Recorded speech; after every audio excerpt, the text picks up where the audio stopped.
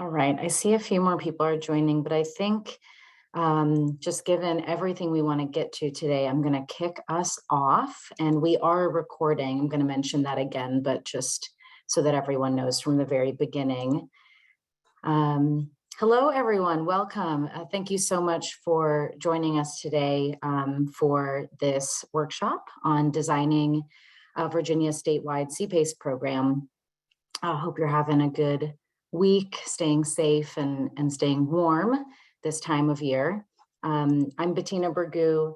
I'm the Energy Efficiency and Financing Programs Manager at the Virginia Department of Energy, also known as Virginia Energy. For those of you who I haven't met, which is actually looking like quite a few, which is really exciting.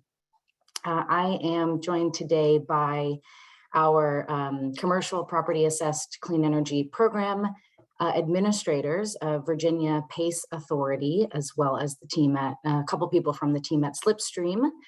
You're going to hear from each of them. So I think they're on video. Maybe they can give a wave. We've got Abby Johnson, the executive director at VPA, Nakia Fisher, she's the head of operations. Ellen Dixon, who's graciously letting everyone in, is the head of outreach and development. Andrew Friedman does business development at VPA. And then from the Slipstream side, we have Holly Edinger and Dan Streicht. So you'll be hearing from all of us, and we're, again, all really grateful that you're here. So I think let's go on to the next slide.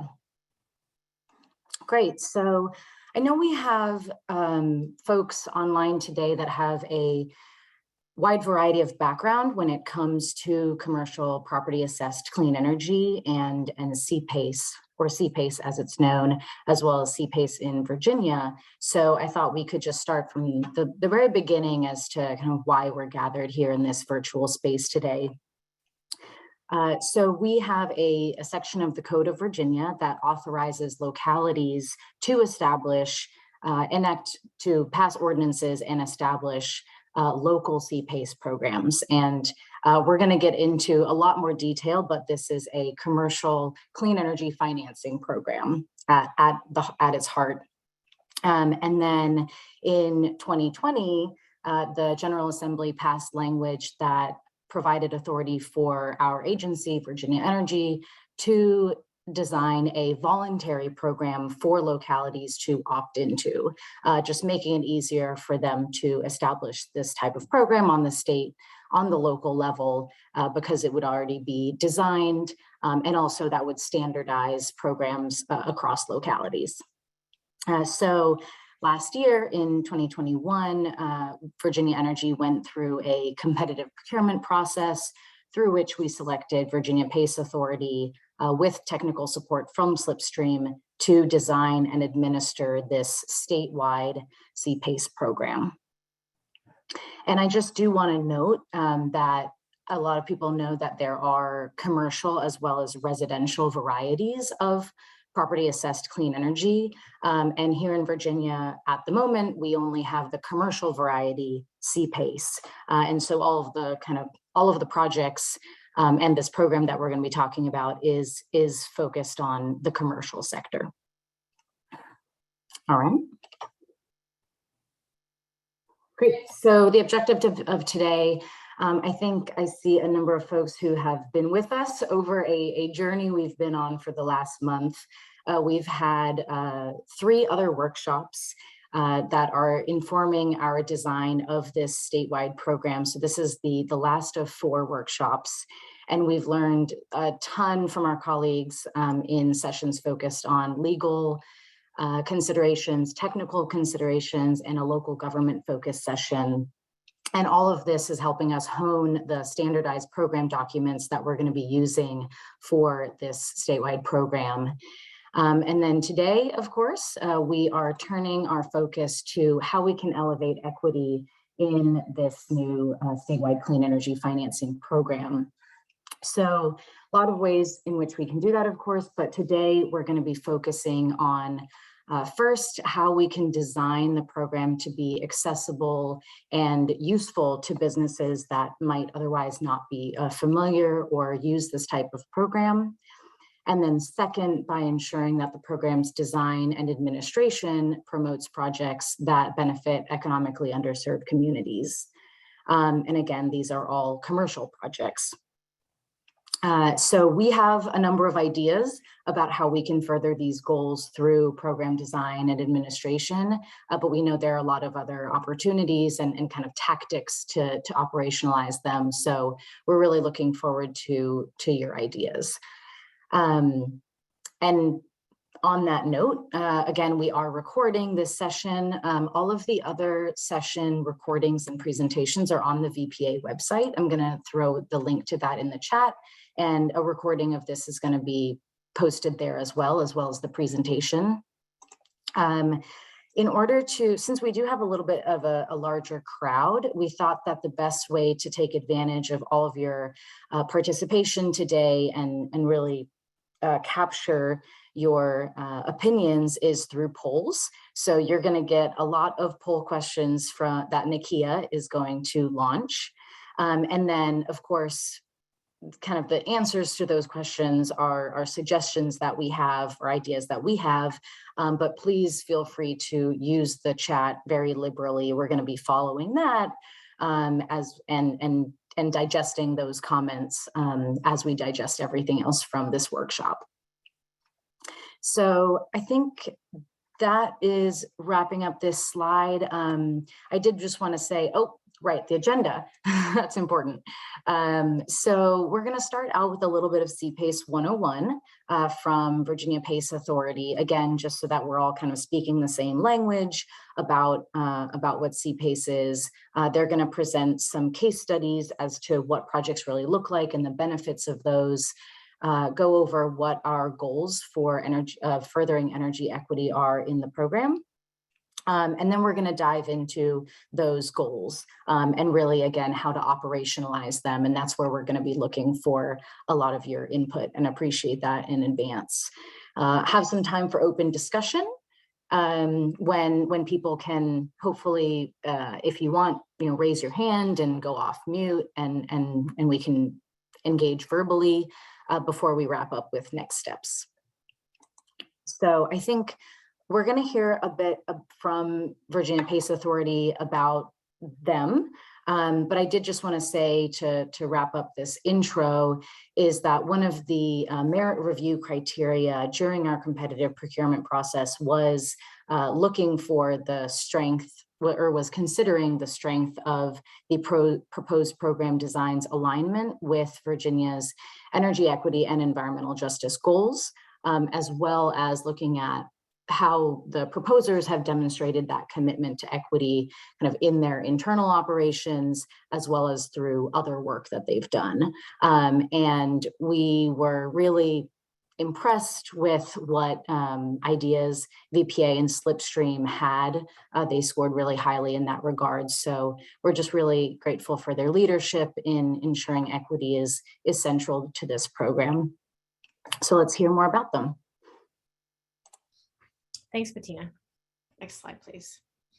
Well, I think Bettina's actually covered a lot about VPA and our team, but I'll just reiterate a few items. We actually formed in 2019 as a 501c3 nonprofit to bring CPACE financing exclusively to Virginia. Key staff have been involved in PACE since late 2012, so a lot of experience nationally and more recently in Virginia since 2015 when it became enabled in a way that works. So a lot of veterans here who are excited to take the baton through the state program, and excited and happy to be working with Virginia Energy. It's been a really great collaboration thus far. So on our team, I think Bettina mentioned, we have Nakia, Ellen, Andy, and me, and some other folks provide some additional support. And then we have our Slipstream team who help a lot with the back end administration process from application through closing, and that's Dan and Holly, who have also already been introduced, who have also national program administrative experience. And currently, we do have an existing program. Some of you who are on the call, I see, are probably familiar with that. We run Loudoun and Fairfax, Fredericksburg, Norfolk, and some other localities, Roanoke, Alexandria, and now Virginia Beach, and so it's already there. However, we really value the idea of having one centralized place for documentation, for guidelines, really trying to take the burden off of local governments and make it easier for everyone to use it.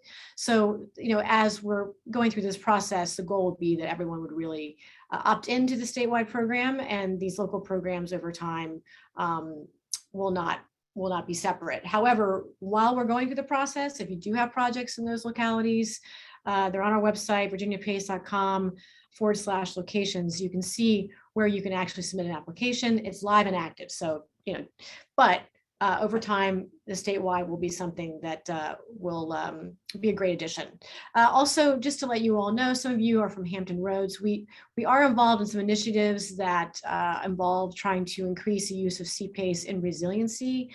That's something that was added to our state statute a few years ago, and really means is it helps make your properties, and that also speaks to the equity component, more sustainable from an actual, more than just energy efficiency, but also things like having backup generation, or having, making sure your property doesn't flood, and having, wind resistant and fire resistant building equipment and products. So it's something that we think really adds to CPACE in Virginia, and will actually help also address some of the issues with needing community resiliency. Some other tools that we'll bring up later. So just go to the next slide, please. Yes, and again, my name is Nikia Fisher, so I'll be starting us with our first poll question. All right, let's get this up here. Now, how familiar are you with CPACE financing? And I'll give you guys a couple of seconds to answer.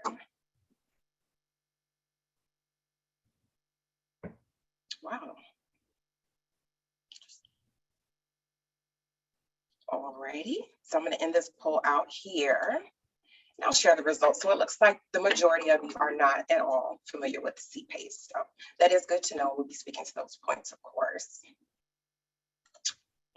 Yeah, I'm not entirely sure how this works. This is very impressive. I don't see any responses. I don't know if we're supposed to. Oh, there they are. Okay, I see them now. There, yeah, it looks a little different on my end. It's all right. Yes, now I'm seeing the results. Thank you. That's perfect. Perfect.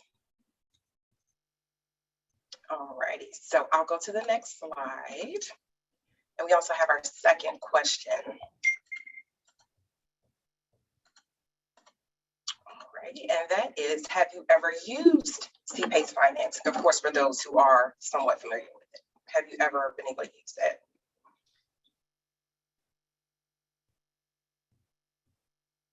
Give you guys a couple more seconds. Thank you all for participating. All righty. Oh, interesting. I'll share those results there. So we have 6% that have, and we have 94 that have not. And this is the reason for these workshops. So this is wonderful. Perfect. All righty. And I will move on to the next slide, where we'll discuss CPACE 101.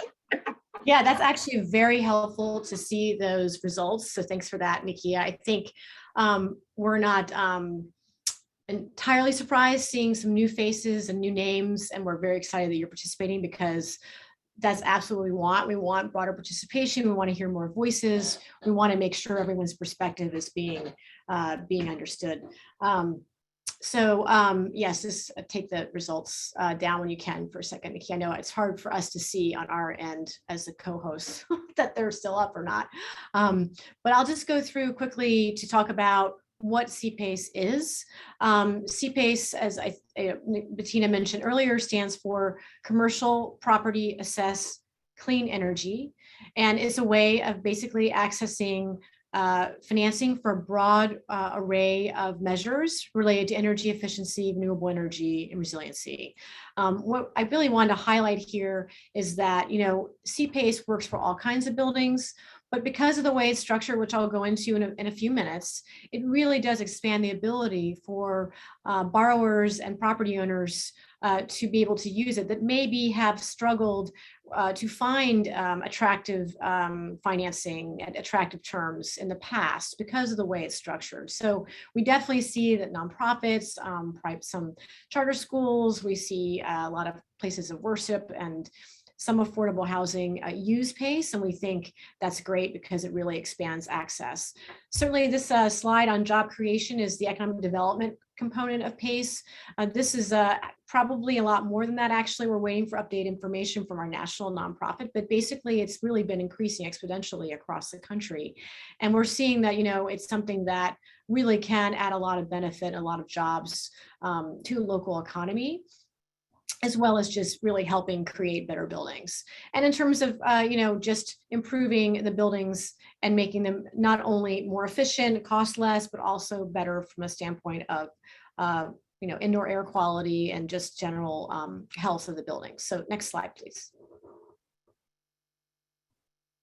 So these slides are kind of heavy in information. You're going to get the slide deck afterwards. And so, please feel free afterwards to send us an email, info@virginiapace.com, if you have additional questions, or on our info line number, because it's a lot. It's a lot. If you're new to it, it takes a minute to kind of figure it out. It certainly did for me, even though now I'm used to it. So basically, it's a kind of financing that is enabled by a state law, which we have in place, and then at the local level by locality. So when I mentioned the fact that we, have 9 and closely 10 open local programs, those are were locally enabled by an ordinance. So in order for a locality to be in the PACE program to participate, they do need to pass that ordinance.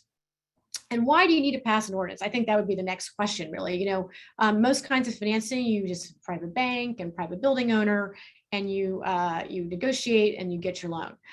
It acts like that in a lot of ways, but it has an advantages because it is financing that basically allows you to get 100% financing up front and to finance a broader range of measures. For long terms of up to sometimes even 30 years, because it's based on the life of the equipment typically. And so it's something that is not easily accessible in many other kinds of financing. To get long terms at attractive rates around the 5s right now, no upfront capital required. And why can this happen? It's because these loans are secured by a voluntary, which the property owner asks for, technically, a voluntary special assessment lien placed on the property by the local government. Special assessments are really technically a tax. So this is something that you're asking for as a property owner to access this kind of financing. But it's a tax that's charged to fund local improvements and only charged on the properties that benefit from these improvements. So that's the same kind of concept. You go to the next slide, which is, getting into the weeds a little bit, but I think it's important to understand why you have this kind of financing. So, Ben Franklin started back, in the 1700s. Basically, you're saying, I have a private building, I'm putting energy efficiency measures on, I'm putting resiliency or stormwater management, it's gonna make it a better building. And therefore that is a public benefit. It's gonna be reducing carbon emissions. It's going to be having less stormwater runoff. It's going to be, emitting, it's going to be using less electricity. It's going to have better air quality. So these are public benefits, actually. So as a result, the public benefit is this reduction of energy usage. It's producing renewable energy, et cetera. So as that kind of financing means that I'm going to be placing this special assessment on the property as a property, and I'm asking for that. But it's going to be funded by private capital providers, private lenders, and then installed, by contractors. The public part, which I'll go into in the next slide a little bit, is really about having that security of the local government who says, I will treat this like a property tax.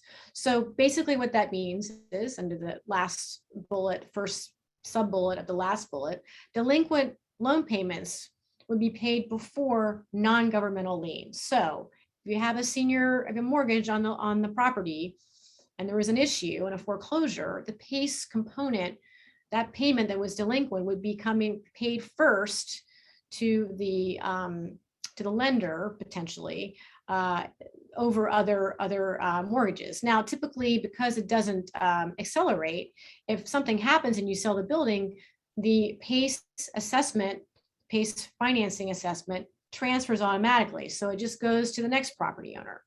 But it's just that security to know that at the end of the day, if you had to go and enforce all the liens to get your money back, PACE has that kind of senior spot in the capital stack. And so what I would like to say, though, is that in order to use CPACE in Virginia, this kind of financing, everyone has to agree to it. So all the mortgage holders have to agree to that. So you're pretty much sure that if you have a mortgage holder, like, okay, we're going to allow this payment ahead of us because you're reducing costs, you're, increasing the value of the building. Is something that our property owner needs to do, wants to do. It's really making improvements. So it's a discussion that is made by the different parties who are part of this loan process. So, your senior mortgage holders, your PACE lenders, your property owner, and the local government. Next slide, please. And again, we know you're going to have some questions, but let us just get through the kind of the overview, and then we get to the open discussion. We can answer some questions and steer you to more information. So mentioned before, but just going to give you kind of a visual snapshot on what's included in PACE. Really, it's all commercial uses, even agricultural uses, as long as it's actual building, a permanent building or equipment. So it also includes multifamily. That's considered commercial if it's above 4 units. And I put in nonprofits. It's not really a property type, but it's something I think is important for this group as well, that nonprofits, even though they don't actually pay property taxes, they are assessed, have a property value. And so they are able to say, I want this PACE financing. I want this special assessment lien placed on my property. So it doesn't trigger it wouldn't be like the local government would say, okay, great, then we're going to tax you. No, it just is a very special way for nonprofits to be able to utilize this kind of financing. Excuse me. Next slide. And so mentioned before a little bit about energy efficiency, resiliency, renewable energy, but just some, snapshot of some examples. Really, if you're saving energy over what you had before in an existing building, or you're building a building and you're installing equipment that's above code, we're going to consider it. There's many cool types of improvements and measures that are coming out, equipment that's really innovative, that's really helping reduce energy use or generate energy or make buildings more resilient. So we're looking to be inclusive, not exclusive in this list, but it has to be something that does accomplish the basic goals that are laid out as energy efficient, renewable, and resilient. Next slide. So I mentioned this a little bit before, who are the folks who are involved in the CPACE loan process? Generally, the property owner is kind of the center, is kind of the sun, so to speak, of the group. They're the ones who need the work on their building. They're the ones who are going to be, negotiating with a capital provider for the PACE. Go back one, please. For the PACE loan. They are going to be working with contractors and other service providers to install the equipment, also to evaluate whether it meets the program guide. So we do require an energy analysis, which or renewable energy study or a project survey to basically say, does it save energy or water? Does it generate electricity? And, are these measures in the project survey, are they truly resilient, and do they actually help with stormwater management? So that's what the contractor service provider provides for the PACE loan process. And then of course you have us and Virginia Energy and other local governments who are involved in approving the project and involved in also marketing and helping to get the word out, as well as approving the projects. So this is kind of the ecosystem of the CPACE world here. Next slide, please. And I mentioned this slightly before, but I just want to really do mention or reiterate that it is a public-private partnership. It is public in the sense that you have this private building owner asking and saying, I want to place this assessment on the property. So it's secured on the property, and it's basically will be enforced by the local government typically if there's a problem. So the local government is agreeing to have that role, and there's ways we've been discussing and how to make that less of a burden for local governments, but it is something that the local government is agreeing to do when they pass their ordinance. It's certainly private because, as I mentioned, it's private building owners who are asking to do an improvement on their property, and they're getting the money from private lenders, and they're getting the work done by private contractors. So it is, in that way, it looks like more like a conventional loan in that process. And then it's public-private because you really are, you can pay it back to local government, and then local government pays lender when you're paying back your loan over the term, but you can also pay it back directly to the capital provider. So there's definitely an interesting intersection between the public and private parties, but the end game is we're hired on behalf of the Virginia Energy to make this as easy it is for everyone to use, to explain it, to process it, to approve it, and from all perspectives. So this is not going to be a heavy burden from a local government perspective. And from a contractor perspective, we're here to answer your questions, to help you understand how to market it. And if you're a building owner, we're here to help you understand when it might make sense for your property. Next slide, please. All righty, so we have our third polling question. And let's get that up there.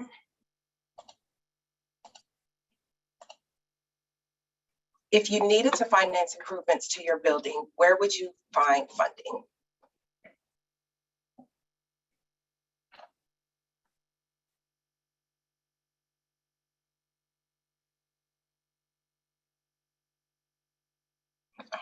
Alrighty. Give you guys a couple more seconds.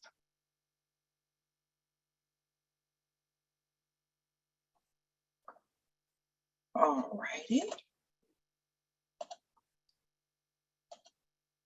Great, so it's a good mix there, wonderful.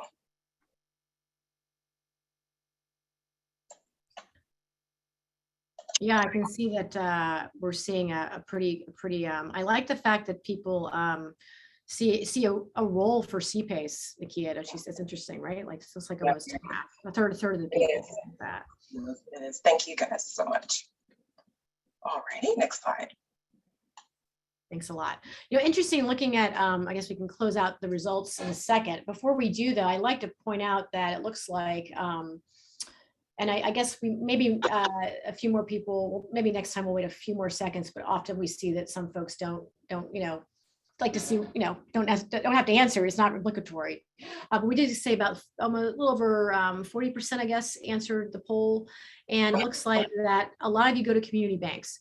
And I think that's something we want to point out because community banks are a group that can be CPACE lenders too. So, you can probably maybe work with them in the traditional sense, but they're becoming more and more a group of lenders that we are encouraging to be involved. Community banks, CDFIs, we think could really benefit from using CPACE as part of their product, their product of their loan products. And, I think that also makes sense given there might be some folks on the call that do affordable housing that you're using, LIHTC or historic tax credits, things like that. So I think that we really are looking to also work with those programs, as a complementary kind of product. So thanks a lot for that. Let me explain that poll a little bit more, Nakia. I just want to kind of go over generally the way that, so I think we can end the poll. We can use CPACE. And basically there's three main ways that we see CPACE being used. The first two probably the most, but there's also a third way. The first is retrofitting your building that you own or want to buy. So you have an old building, you need to replace the HVAC, the lighting, a roof. Maybe you want to put solar on the roof. You want to have a creative way of generating hot water. Basically, PACE could be a great way for you to do that. If you already own your building and it's the equipment is aging, obsolescent, that's when you would also could look at CPACE as a way to help with that. If you're building a new building, new construction, or if you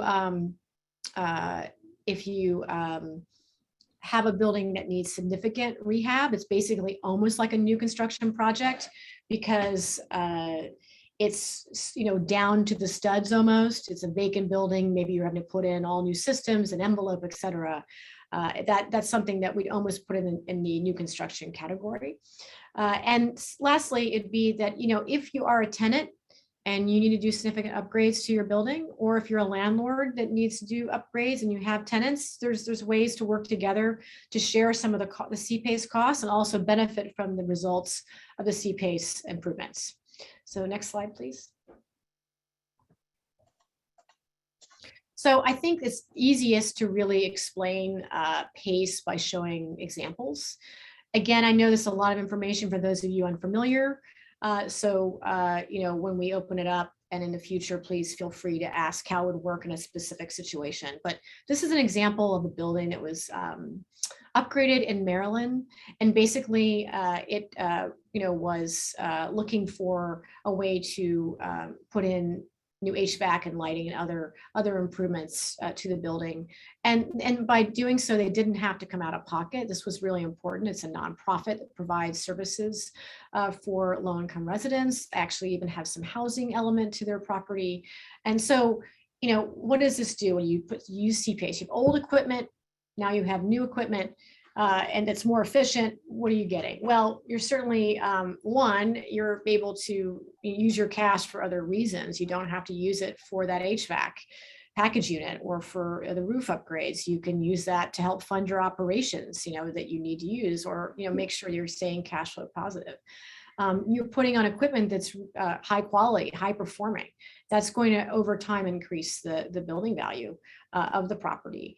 It's also going to, if you're putting in energy efficient equipment or you're using renewable energy, you're going to be reducing your operating costs, your utility costs, and even some of your maintenance costs. Think about LED lighting. They last much longer than other types of lighting and therefore lower some of your maintenance costs. And so, but as a result, if you're lowering your operating costs, often you can lower them enough to actually offset the cost of the loan payment, almost to make it neutral and sometimes positive. It just depends on the project. But if you're saving, $50,000 a year through these upgrades, and your PACE loan payment is, $45,000 a year, then you've actually, benefited from the financing more than just being able to not come out of pocket. So that's something we think is really valuable about CPACE in general, but certainly we see it often in the retrofit market.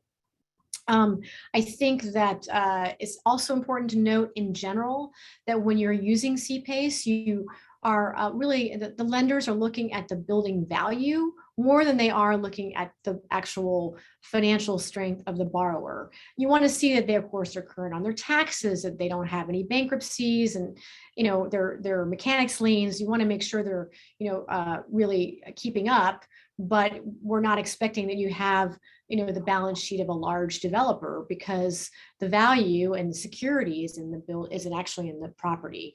That doesn't go away if you change ownership. So that kind of fact that it transfers, basically automatically to the next property owner, unless you decide to pay it off, is something that really allows for more flexibility from the standpoint of a borrower and what the borrower looks like. Next slide, please. And I, pulled this project. This is actually from DC, and it's not completely a new construction, but we really wanted to show a project that could relate to our discussion today, about energy equity. And so this was a project that was a nonprofit that serves for many years, part of the district and the community. Wide variety of family services and services to the community. And so they were basically doing a gut rehab. it was, almost down to the studs, so to speak, and they were able to, use it to make major upgrades. So, the bullets here are general; they're not specific to this building, but they absolutely were able to really make it pencil because of PACE. They use other things like industrial revenue bonds, and they got grants from the district. But in order to make it work, they also, used over $2 million in PACE. And so, from a new construction or gut rehab, basically, you have to get a construction loan, you have to put in your own equity, you try to get grants, you try to use credits, and sometimes you really there's still a gap. I actually talked to a developer this morning that I know in Virginia who said, with rising construction costs, we really have a gap that it's really hard to meet in traditional ways. And so CPACE is something they really are looking forward to having in Central Virginia because of the fact that there's this delta that's getting bigger because of these higher costs of construction in supplies and equipment, et cetera. So it really does act as a way to replace more expensive, equity, or as we call it, mezzanine debt, other kinds of, higher price loans with CPACE that can still, be fixed for long terms. And can even defer some of the costs of repayment or the repayment timeline into the future. So next slide, please. And I see it, okay, just because I see a few questions here, I will answer them. The interest rates are based on what the private lender wants to charge. I would say they're in the 5s right now. It's really based on the base interest rate plus a spread. So they're a little higher in general than what you're going to get from your bank, but there's not guarantees required for the next question. And so, on that portion, on the CPACE, typically the CPACE lender or capital provider does not need a guarantee because their guarantee is the building. So that, reduces that cost potentially as well, and that stress of having your balance sheet being impacted. So, in the 5s, I see as, and I, asked my colleagues also weigh in if they like from around the country. Interest rates are actually going to become more competitive, we believe, over time, because more and more community banks and other kinds of lenders are coming into the market. So I think we see that this is something that'll be very attractive. And then Michael, hi Michael. Actually, I think we talked about you having a project in Virginia Beach, potentially. Yes, amortization is typically fully amortized. It depends on the length of the term. So the term is 30 years, then you would be amortized over 30 years. PACE is available throughout the country, but right now we're just specifically talking to Virginia. It's enabled in 37 states plus a district, I believe, maybe 38 states now. And around us, it's enabled in DC, Maryland, Pennsylvania, Delaware, and on up the coast. So we definitely have a lot of use of CPACE around the country. So I'm going to move on to the last one, but I did see those questions in the chat and couldn't help but answer those. So the first way is retrofits. The second way is new construction or gut rehab. The third way is working with your landlord to upgrade your space, or if you're a landlord, you need to upgrade it, trying to figure out how to make that work between them. So say you have to replace, and I think about one of the tenants we had or clients we had where basically they had a single tenant that had lab space, and they basically needed to put in lots of expensive equipment that used lots of energies. They put in high performing fans and exhaust systems and lighting systems and HVAC systems.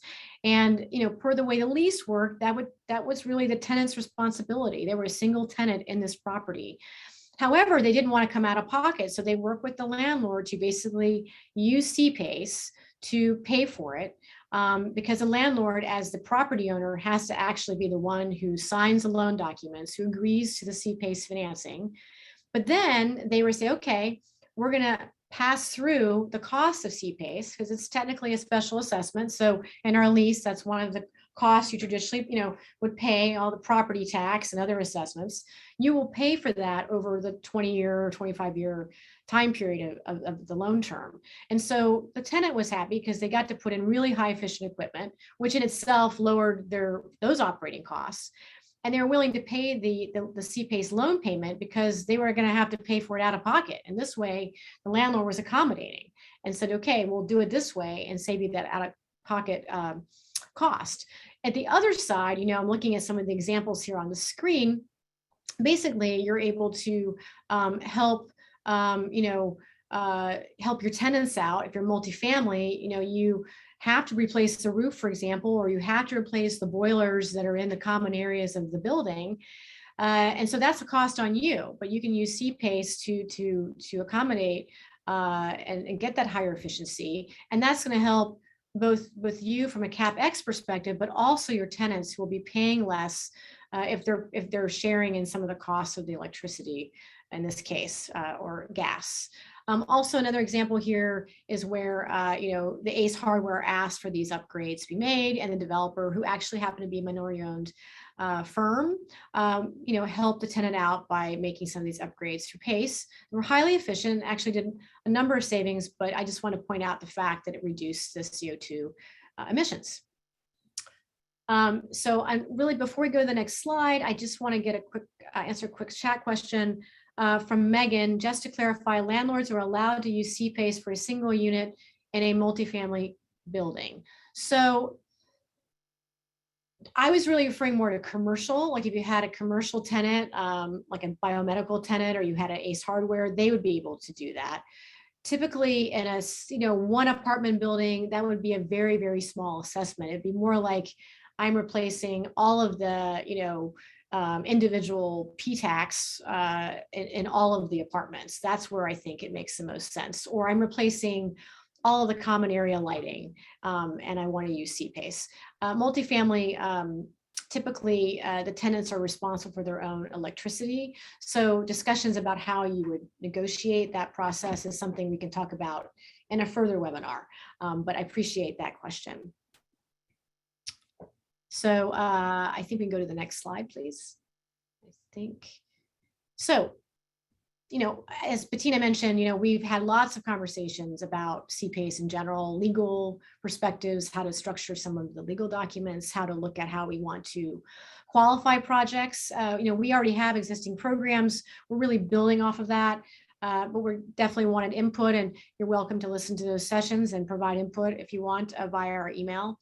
We also had a conversation with localities and explaining to them the benefits of having CPACE in their local area. This one is focused on trying to address some of the energy equity goals that both we have through the Virginia Clean Energy Act and other goals through the state of Virginia Energy, and also our organizations who are committed to that as well. So some of the goals that we want to do through CPACE, because this is a special, it's kind of a niche area. It's not like we're able to address energy equity in every aspect in Virginia, but we can certainly do our best through promulgating the use of CPACE. So that is like what we're doing today, increasing awareness of and providing education on the opportunities that all of you can take advantage of with respect to CPACE, and with a focus on small women-owned businesses, minority businesses, disabled and also veteran businesses. And also we're recognizing the fact that there's a lot of other kinds of organizations, like in areas in Southwest Virginia, that really are looking for ways to have additional opportunities to increase their business. We think that in general, we want to look for ways to use CPACE in historically underserved communities, as well as affordable housing.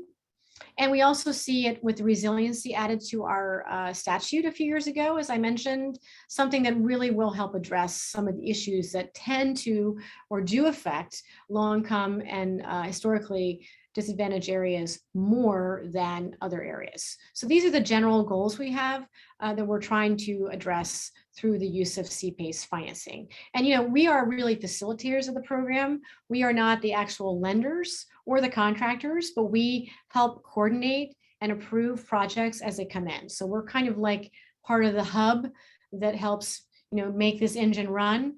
But to be clear, we are not the ones actually providing the funds. Next slide, please. So the first topic, which we also addressed in our invite, is one of our objectives of this workshop is to talk about how to encourage participation by the SWAM, those who are SWAM designated, and other, minority or disabled enterprises, as well as veterans. So, we have had some ideas about how we want to do that, which we've listed here. One would be to allow users to filter for registered contractors on our website. So currently we have a way on our website where you basically, go and say, I have a project, I want to apply, and I can look at the list of contractors on our website. So currently we have them divided up by, where basically they're able to do the work, and also what kind of work they do. So if you're an energy audit firm, you can sort through that. So we're looking to do additional sorting to highlight these kinds of firms to encourage participation and use. So that's one idea we have. We also want to spotlight businesses in historically economically developed communities, which is, I think, as Bettina mentioned before, is one of the designations that came out of the Virginia Clean Energy Act. And that is, low income and underserved communities throughout Virginia. So we want to help businesses in those areas understand how CPACE can help their business and help really provide that education and outreach that makes it something accessible to them. So we were thinking about, having case studies that are downloadable. We have some training modules and other financial tools that we're already have and are looking to actually put in our website. And we're looking to also do some interviews to try to show more clearly, give some kind of first point of view about how PACE has helped them in their endeavors, either as a contractor, building owner, or even as a lender. So looking at the question from Melissa, do you recognize federal hub zone designations? Our financing is really agnostic to anything else that's there. So we are looking to work with whatever structure you're in. So we think that it'd be great to look at areas that are designated that, like a hub zone or enterprise zones, or zones that are designated as disadvantaged. We are certainly going to be upping our marketing on that, but certainly everything is eligible. There's no ineligibility with respect to CPACE. It's on unless it's residential or you're not in an area that has enabled an ordinance. Those are the two things that we can't get around. Next slide, please. So tee you up, Nikia. Yes. All righty. So our fourth polling question. Let me get that up here. All righty. What would entice you to register as a contractor or capital provider?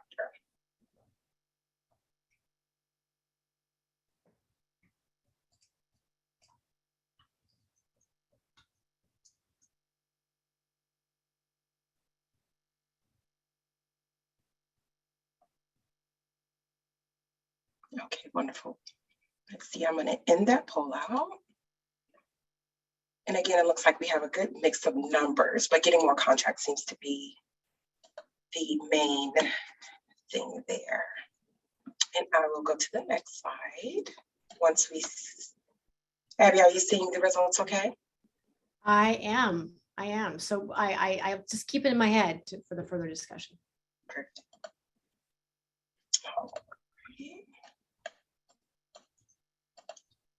Now move on to the next question, which is question 5 here. All righty, and what is the best way to communicate with you? How do you feel the best way to communicate with you about PACE projects?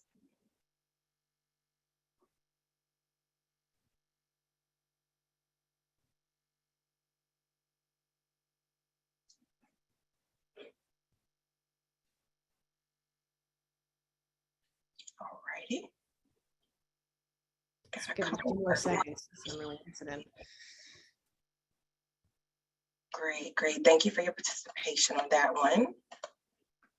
And it looks like the majority of you like webinars. It's good to know. All righty. Things have changed, right, Nikia? I feel like that's one thing out of the pandemic. People were used to webinars. I was going to say, well, we're kind of used to them now, so it makes sense that that's the most. I apologize. All righty, and I'm on to the next slide.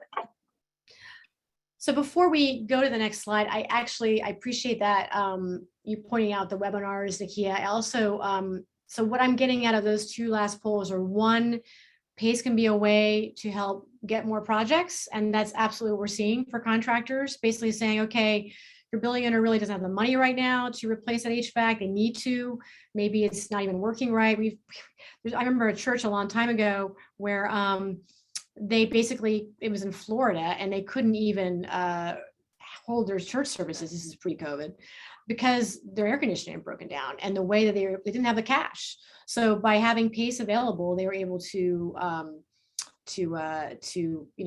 get the money up, have to pay nothing up front, get the HVAC, and then pay it over a long period of time. And so that contractor wouldn't have been able to do that project had there not been CPACE, because that church did not have the money to actually pay for it. So absolutely, we see that as being a very big reason why service providers and contractors like PACE. So we're going to be reaching out, to providing training modules and future webinars to really dive deep into how you can use it as a marketing tool. Regarding how you like to get the information, I think that I'm certainly excited that webinars is one of the reasons. I think that's something that's obviously we can do often and really tailor it to your needs. We'll be reaching out about that. And I think maybe in the open discussion, if anyone wants to talk about other, we'll leave it to then. You can raise your hand at that time. So I'd be curious to hear about what those other ideas are. So thanks a lot for that, Nakia. And I think now we can move on to we can close that poll out. Did you share the results already? You did, right? Yeah, share the results. I think it'll come down in just a It's second. interesting, because I'm a co-host, so I think what I see is different than everyone else does. So, yeah, thank you. I haven't done polls in a long time, so thank you for your participation and patience. So the second topic is to talk about the ways to bring energy efficient and resilient projects to economically underserved communities. So some of the ways that we had discussed in our response and RFP, and just ways that we've been thinking about this since we've been the administrators of the local programs, are the following. Certainly, and we have talked to our friends at Virginia Community Capital, since they are a CDFI, and they also have a kind of a group of CDFIs that they work with throughout the state, about them participating as lenders. We think that given the kind of mission-driven focus of CDFIs, as community development financial institutions, that they would be really a great addition to our 2023 lenders we currently have. Also, we think that, as I mentioned before, community banks are starting to get into the game and understanding it. Also, I think that kind of along the financing side, I think ways to facilitate smaller projects through some tools is something we see as being needed. We see nationwide that PACE is used more and more for new construction or gut rehabs, which we are totally supportive of.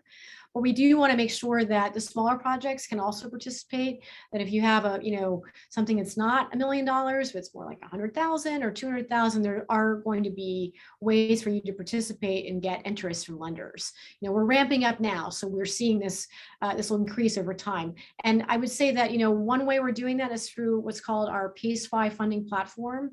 We used a grant from Department of Housing and Community Development called RISE to basically develop a way to allow a property owner or contractor to enter some basic details about the project, where it's located, how much generally you think it's going to cost, what your measures are, and then a few other items, and then basically it connects you with potential quotes from lenders who are participating in that platform. And then you can decide if you want to apply through that, or just take the information and go, okay, now I understand that, generally my interest rate will be this. Generally the term based on what I put in will be 20, 25 years. And it really gives you something you can then take to your property owner and say, hey, this is available.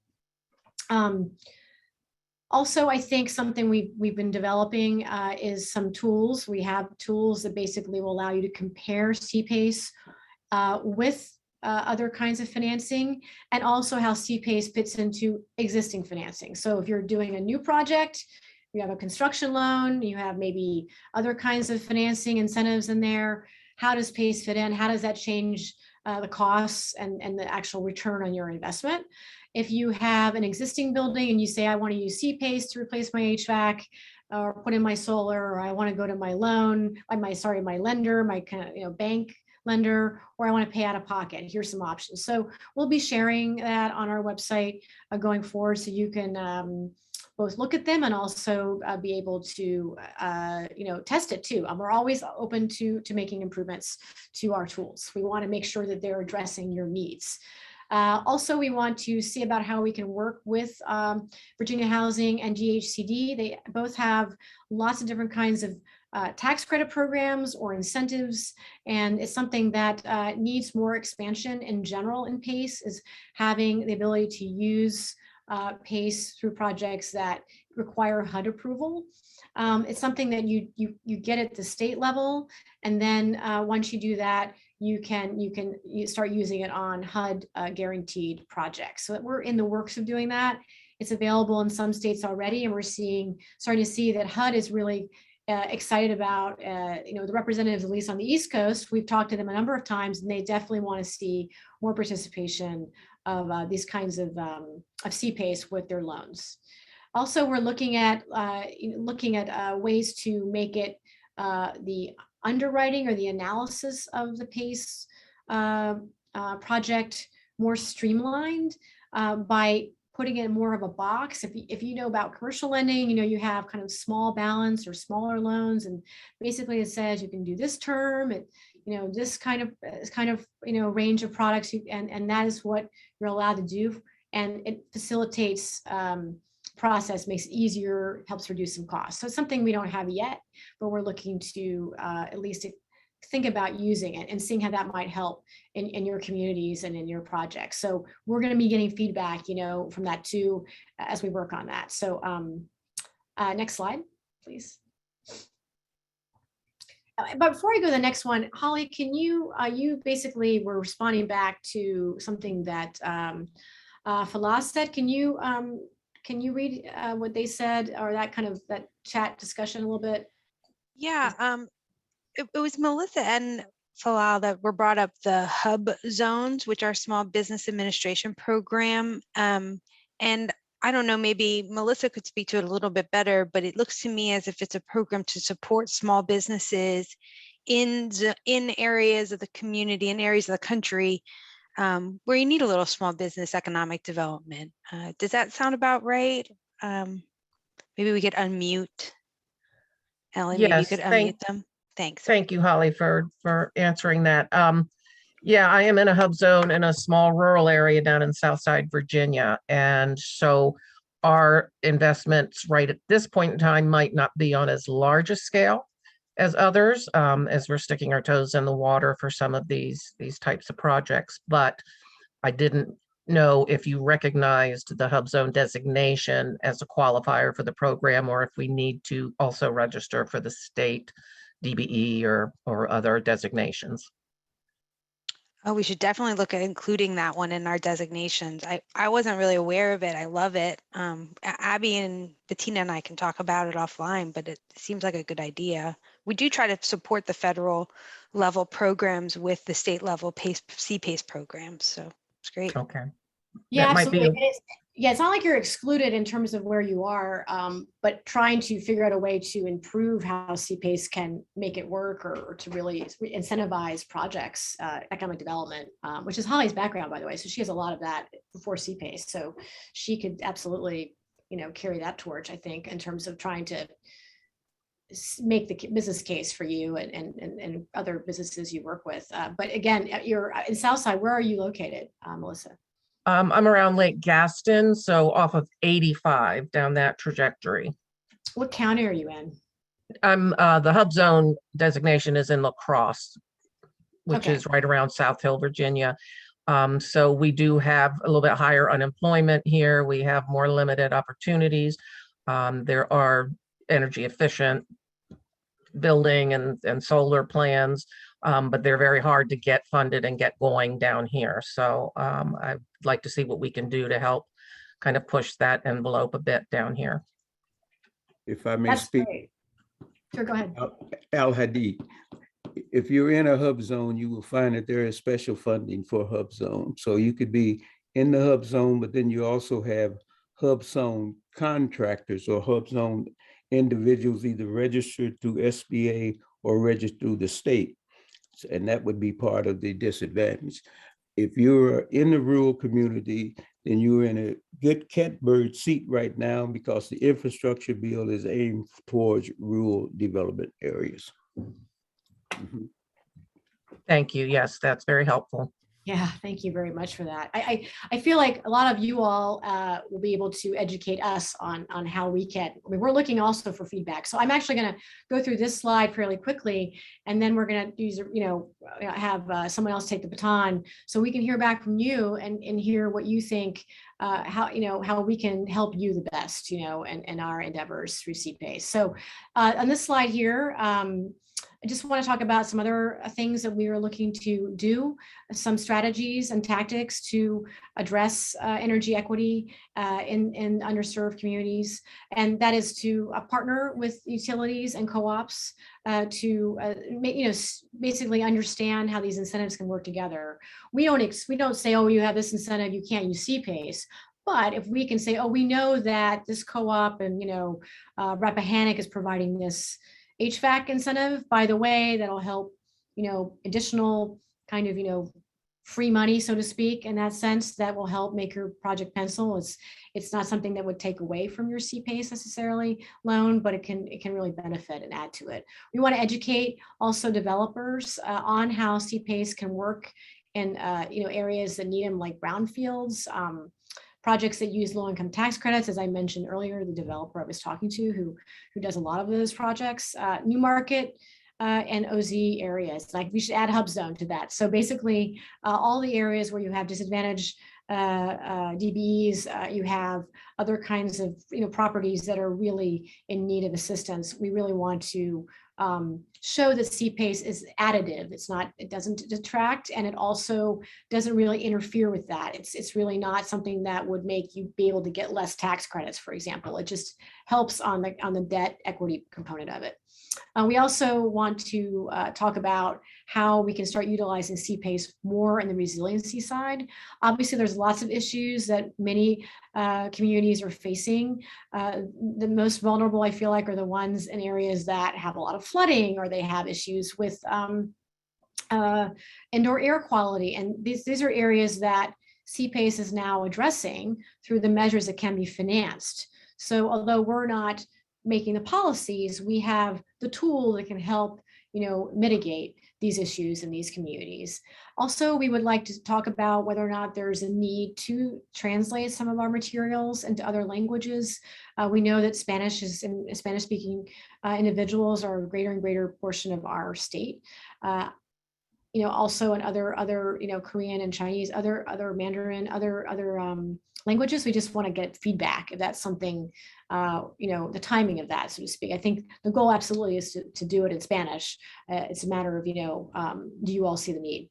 And lastly, I think that, we are working, of course, with Virginia Energy as our sponsor, but also, we are involved at different levels with other agencies and other authorities. I'm actually on the Virginia Housing Board, and the DHCD board. And so I'm well aware there's many different programs they have trying to help and address these issues in affordable housing. And one of them that really would relate very closely to what we're doing is the HIE, the HIE program, which is really taking money, that was comes from the Regional Greenhouse Gas Initiative and putting it towards addressing energy efficiency issues in low-income housing, as well as the other bucket of money from that, which was going to help with coastal resilience. So I'm going to stop there. I think that's it for me. Let's see, next slide. Last one, that's it, yeah. Yes, here we go. I will go ahead and get the last poll up. Thank you so much to everyone for taking the time to participate in that for us. Last question. All righty. Would you encourage CD? It's supposed to be IS, I believe, in participating?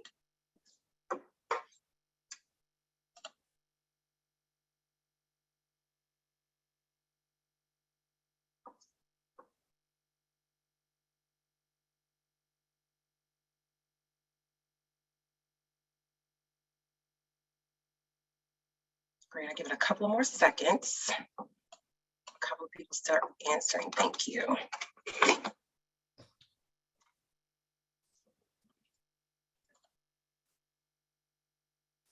All right, I'm gonna close that one out and see what we have. Oh, another person. All righty. So here we are. Great, thank you so much, guys. Know the results up for just a couple of seconds, if you like. And I did want to mention, I believe it's Alicia Reese may have had a question. I just want to make sure we didn't skip over her earlier in the call.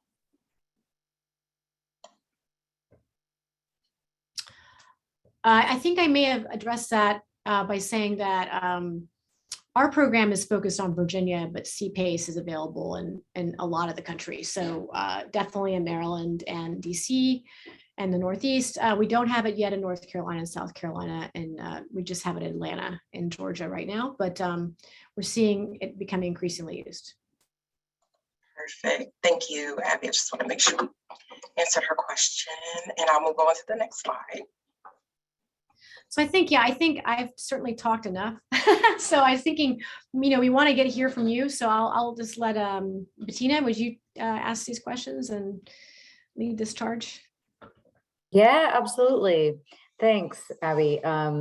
You indeed did share a lot of information, and the polls have been really helpful. So thank you, Nakia, for managing those and for everyone for responding to them. This is the what else section. So again, like we said, we have some ideas as to how we can elevate and integrate equity into this statewide program, but we know we don't have all the answers. So we just have some kind of teasers here. Firstly, what other programs might we work to integrate with CPACE? We, like Abby said, she and we are very familiar with Virginia Housing and DHCD programs. Are there other public programs or perhaps local ones or private ones that we can think about connecting with and making sure that CPACE works with? What barriers to leveraging CPACE have we not touched on? I think we've thought a lot about the need for greater awareness of the fact that this exists and the fact that it's expanding in Virginia. So this is, today is a first step toward raising awareness. And we know that tools are always useful, like the PACEFI tool that Abby mentioned, so that contractors and lenders can actually start to analyze project potential. But what else? So I think that's all I'll say. And if you could just introduce yourself, feel free to raise your hand and tell us what your affiliation is so that we can start to get to know folks. That's been a really great aspect of today already.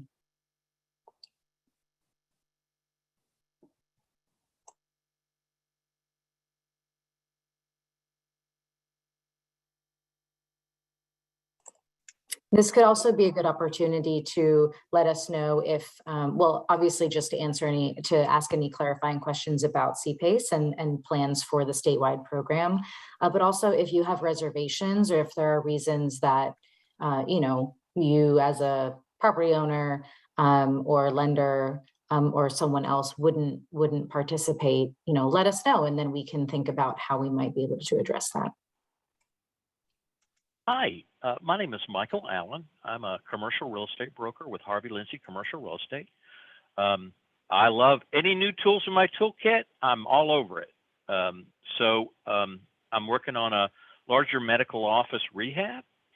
A property needs significant improvements to its overall energy infrastructure.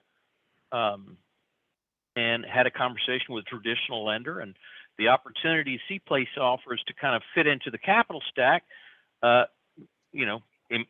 notwithstanding your observations that the CPACE loans takes a first. I haven't broached that topic with him yet, but it makes it a little easier for him to hit his underwriting criteria. So I look forward to trying to put a deal together on this project, kind of as a test run.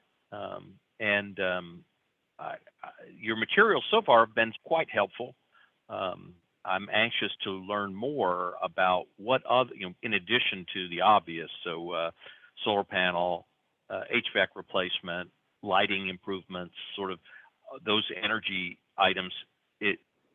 Does a new roof qualify?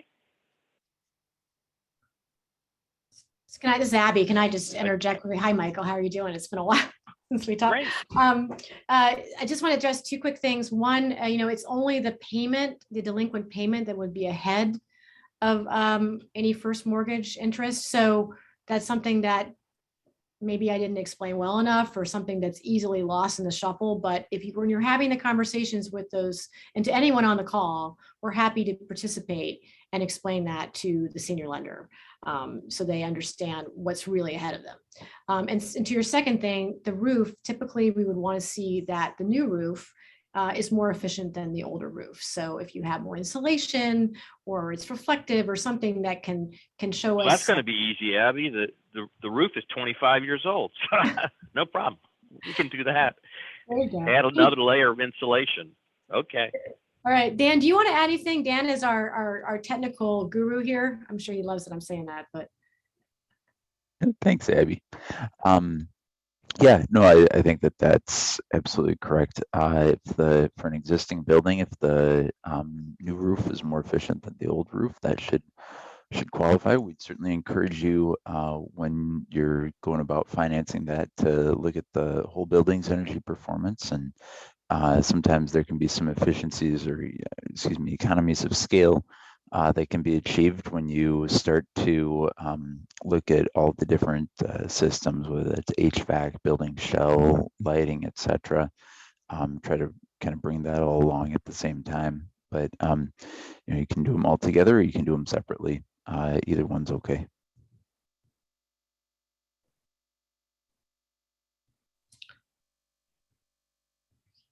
And Andy, hey, Andy, could I ask, oh, actually, Carol, do you want to say something? You came on screen. Yes. Well, my name is Carol Carter, and I'm director of housing. We have housing here in Roanoke, Virginia.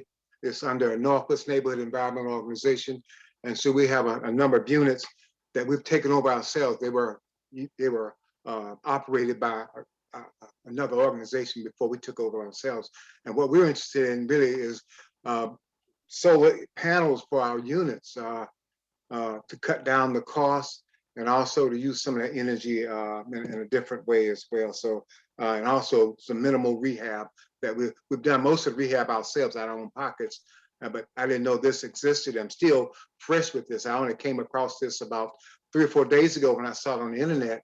And that's when I called in and said, I'd like to sit in on this and get more information. So that's our biggest problem, not having the information, knowing who to contact and how to be in relationship with these other lenders, and also having a better understanding of CPACE itself. So we're definitely happy to provide you more information. I did want to mention one thing I didn't mention, I should have, is that we actually allow in Virginia at the state level what's called retroactive or look back financing, which means that if your project was basically built, if you made those improvements within the last 2 years, when you apply for PACE, then you can get those financed through PACE. So I don't know how long ago you did that, but Dan, do you want to add anything to what he said about multifamily, or anyone else? Bettina, I didn't mean to take over this section. No, I mean, I think that it's probably important to note with multifamily that the energy savings, if the improvements are reducing energy consumption, that can qualify whether those savings are being realized by the property owner or by the tenants, or ideally by both. So good in both cases. Yeah. Okay, thank you. I mean, So- I'm thrilled to have you take over. One thing that a couple of the questions made me think of that might be good for us to just touch on is for folks who are in localities that don't have a local ordinance right now. That would be like you said, Abby, the one of the primary barriers to not being able to do a PACE project, but maybe someone from the VPA team could just give a sentence or two on kind of how you could help someone, like perhaps someone could reach out to you and actually start that process of getting a local ordinance passed so that these projects can happen. Absolutely, yes. I think, for local governments, we realize that you need to understand what you need to do in order to get it through the process. So often we will share with them, we're going to be sharing, a template ordinance, so an ordinance that will basically have all the goodies that we have in our state law and the process by which you need to how you join and your responsibilities and your roles. And we have definitely materials to share with you. And we're happy to get on the phone and talk about how we reach both your staff members, like the attorneys, finance directors, often economic development. Folks are really usually even the most interested in PACE, as well as some of the elected officials. We tend to work with both because the staff has to be like, yeah, we want to do this, and the elected officials have to say, okay, we understand there's a value. We want to actually enable it legislatively. And that note, I want to also, I mentioned Andy Freeman, who's on our team, is from Virginia Beach. You can give can you give a large locality perspective on that, Andy? And then I think Holly has something to say too after that. But. Sure, thanks, Abby. In most of the large localities, they have an office that's similar to the state office for small women and minority-owned businesses. And I know they are anxious to publicize any forms of things that would be helpful to small businesses. And so I think there's a real opportunity for us as the PACE office and anyone who's interested to, publicize this opportunity through there and get minority contractors who may just be starting out to learn about this new source. As the gentleman who was just on said, we can get the word out, I think, to a lot more directly to contractors that way. And Andy, do you think that would help also build interest in that say Virginia Beach obviously has enabled it, but those contractors saying, hey, we want to use PACE, that helps build the case to get it kind of passed too. Would you say that would be helpful? Or? Absolutely. I think, we saw it in Chesapeake where the contractor was one of the key people getting it before the city council. So even making the equity case is a good reason for getting this before council, because it's another source that can make a small business able to do things that they'd like to do.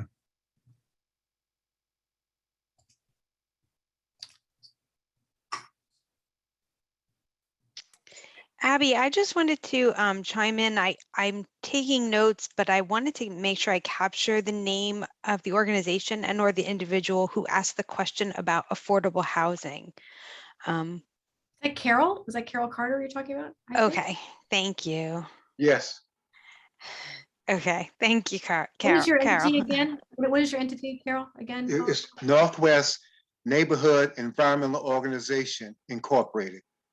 And that's in Roanoke, Virginia, Northwest Roanoke. And our main sector is Northwest Roanoke itself. And so we have just under 100 units of low-income housing. And so we're interested in conserving energy and also being able to expand that use as well. Well, both the city actually has enabled it locally, and they're going to be joining the statewide, I'm pretty sure, knowing them. And the county is looking, I think, to pass it right around now. They have some projects, so you're in a good area, to be able to use it pretty quickly. I think Megan, you had your hand up, so please unmute. Yes, hi. I actually work in the city of Roanoke. I'm the sustainability program assistant. And so I'm curious now because I know it is such a new program here in Roanoke. So I would love to help out, Carol. I'm just kind of confused on my next steps, like who I would be connecting you with and how I would get you in touch with the best resources. So you're Nell's new hire. right? Exactly. Yes. Okay, nice to meet you. Nice to meet you too. Yeah. So Roanoke is locally passed an ordinance, and we are the administrator. But I think because of the timing, we were looking to see if maybe you're just going to kind of opt into the statewide versus opening a local program would probably make the most sense. So I think reached out to either me or Nakia, Ellen, Holly, Bettina, all of us, or I don't know. Let's pick Nakia. How about that? Just she put in the chat something to me about local government. So tag you. Yes, please feel free to reach out to me. I'll follow up with you through your email, but really quickly, it's Nikia, Nikia, at virginiapace.com. Virginia spelled out or just VA? Yeah, all spelled out, Virginia Pace, PACE.com. Okay, thanks so much. Thank you, Megan. Looking forward to talking to you. Jeffrey, Austin? Hi, kind of a unique position I'm in. I'm an architectural and construction photographer, and I think every developer, every real estate broker out there knows that lenders love pictures. We have JV'd with a firm in Virginia Beach. My firm is in Chesapeake.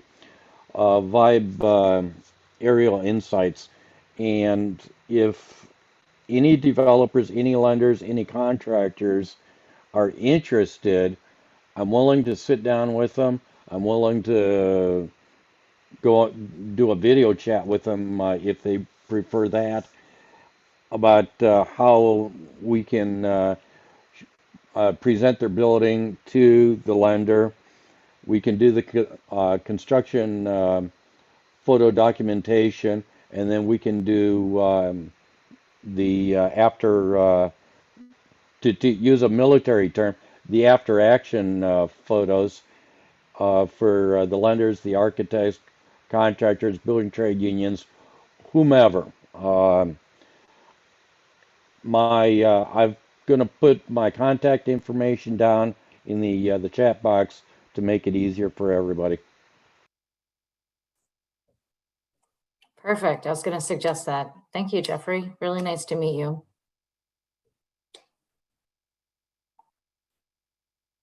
Does anyone else have any general questions about PACE? I mean, I know we don't have much time, and we'll have to follow. We'd be happy to follow up with you, which I think we can probably, well, at the end, we'll show you our screen, but please don't be shy. I'd just like to ask a question of the audience as one follow-up. I mean, I think we've already gotten some good insights from this session, especially learning about the Hubzone contractors and things like that. I'd ask anybody to put in the chat or, raise your hand and chime in on some other programs that you are working with that are effective or are helping, that we could that we're overlooking, or maybe we know about, but if you could just mention them, I think that would be really helpful. Thank you, Holly. That's a great question. And just the general idea of leveraging existing infrastructure that's working is so key.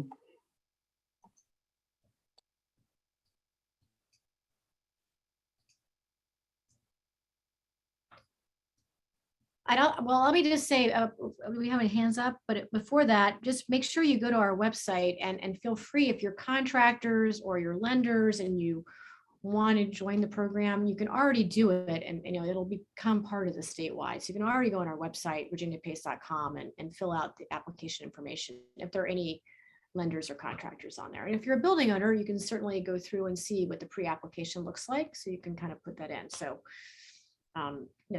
use the website and give us feedback now or later. Yeah, that's actually a great next step. That people can go ahead and be involved even now before the statewide is officially rolled out. I think we can, while people are thinking, and feel free to raise your hand again, but let's just go to the next slide and I'll share, I think, the next steps. So what we are going to be doing now that we've wrapped up this series of workshops is making final drafts of the standardized program documents, like the template local ordinance and the program guide with all the technical guidelines for the program. We're going to be sharing those out and asking for feedback on those documents over the coming weeks. And then we are really looking forward to actually rolling out this program. And again, that is going to involve a lot of coordination with our locally based colleagues like Megan in places where there is an existing program that might join the statewide transition over, or a new program will be established. So that's what's going to be happening, and just invite everyone again to test that PACE-FI tool that Abby mentioned, in addition to registering on the Virginia PACE Authority website. And you have our contact information. It's on the last slide. Again, this recording as well as the presentation deck are going to be on the website. So anybody have any closing thoughts? And we'll give people a few minutes back in their day. A few minutes, 2 minutes. So this is Andy again. I just want to say one of the ideas that you listed up there, Abby, is a really good one. The PACE Express idea for an easier path to smaller loans. I think that's a really good way to get people who are currently not probably able to do the full program and getting them going. So that would be a great way to market it for first-time contractors and stuff. Yeah, that's something that actually one of my is now on the lending side, but Bali Kumar from Leading Green, Michigan, they started that program up, and it's still early days, but they're definitely seeing that it has a lot of potential. So great. Thank you for that comment. You see it from the ground. That's great. Yeah. Great. Well, with that, I want to thank everyone for coming. It's been really nice to meet some new folks and see old friends. So y'all have a great rest of your week. Stay safe, stay warm, and we'll be in touch with you. Bye, everyone. Thanks. Bye-bye.